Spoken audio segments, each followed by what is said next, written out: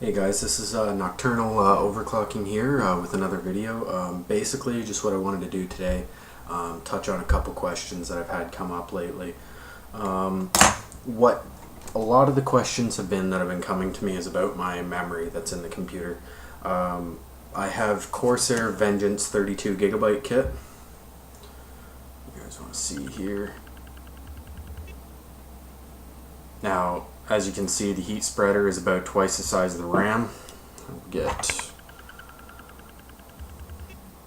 This is normal memory here. Both are DDR3.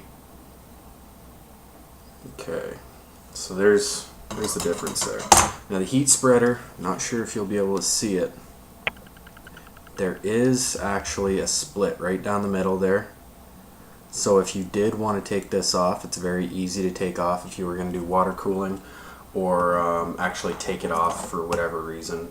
Maybe you wanted to put new thermal paste or something on it. But basically all that I wanted to touch on today was a couple questions that people have asked me about them.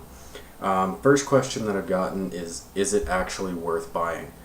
The answer at the moment, the 32 gigabyte kit, no. 32 gigabytes is overkill for pretty well everything that's on the market. A lot of Mac users may choose to go with it because obviously Mac eats up memory. That's why their capability of the DDR3 memory is huge. They can hold, I have no idea, but it's huge compared to what Windows 7 is anyways. I'm not too sure about Windows 8. I haven't really looked into it too much. Haven't upgraded because I don't really see a point based on benchmarks at this point.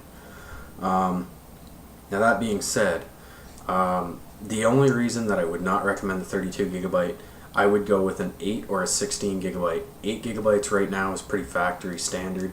16 gigabytes is more than enough. Now if you were going to go with 16 gigabytes of RAM, being as it does have this huge heat spreader on here, what you might as well do is just overclock it, because if you look at the back here, if it'll focus for me, you pause the video if you have to. It's 1.5 volts, 1600 megahertz. And that's obviously 32 gigabytes, which is made up of 4 DIMMs of 8 gigabytes. So you're obviously pretty good there. Now, the reason that I would recommend 16, if you do have this huge heat spreader on here, what you're better off doing is actually overclocking the voltage and adjusting the megahertz of the memory itself. That'll give you a lot better performance over a 32 gigabyte kit.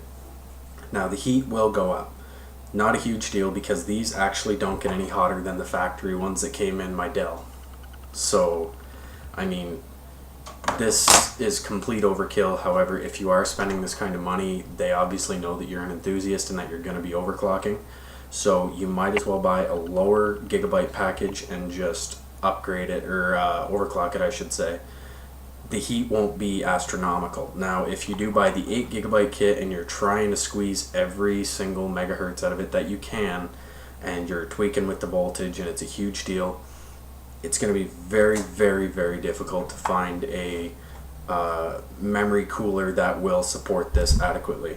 Now what I recommend for that is an Antec spot cooling system. I got mine at a local shop for $15.99, and all that it is a little probably 100 millimeter fan. You can check it out in my other video there. It's aimed at the RAM. If you just want airflow flowing through your heat fins there, that's more than enough, and it's actually better than getting, you know, some sort of RAM cooler, because it won't be so close to the fins that you're risking, you know, damaging anything or running into compatibility issues. So it does give you just a little bit better cooling. But it's no substitution for water cooling. However, not a lot of people go to that extent for RAM. So if that's your plan, obviously this is plenty. 32 gigabytes. I won't even touch the megahertz right now because it's frankly just not worth it for what I'm doing. The biggest game that I play right now is probably World of Warcraft. Shout out to Myhaa on there, or I believe I pronounced that right anyways, as well as Buddha Belly from my guild. They're awesome people. If you ever get the chance to play with them, check them out. And yeah, sorry guys, my headset, like I said, mic's not working in it. kind of predicted it. It was starting to crackle and stuff, but it's the Steel Series 5H. And they were pretty good headset, but obviously didn't last the longest. So anyways, that covers most of my questions that people have sent me. So just kind of wanted to make an update.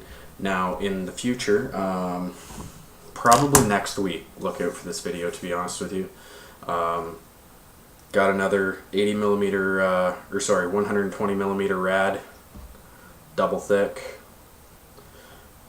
What I'm going to do is probably attempt to cool my 690 with a water block. Now what I'm going to do is check a 240 double thick radiator versus a 120 double thick, and just see what temperatures we can get out of a push or a pull or a push-pull configuration on both rads, using the Corsair H100i pump, because I love that pump right now. It's super quiet. It's a huge improvement on the Corsair H100 and the H80, the previous generation, which, to be honest with you, are still my favorite. I'm not really a fan of these rubber hoses, but we'll figure out what we can get out of it without going to an aftermarket pump. And then if there's any more concerns about what the radiator can do, I will actually change up the pump and just go with a regular reservoir setup, because obviously the pre-cooled leaves about 10% of the air in the system. So I might actually consider doing that first and seeing what kind of performance we can get out of that. So keep an eye out for that. But thanks for watching another Nocturnal hardware review, guys. Just wanted to give you guys a heads up on what's coming out, a couple random questions that I had. If there's anything else, leave me a comment. Right now I'm looking at the Dominator Platinum series to replace the Vengeance. So keep an eye out for that, probably in the next couple weeks. Alright? Thanks a lot, guys.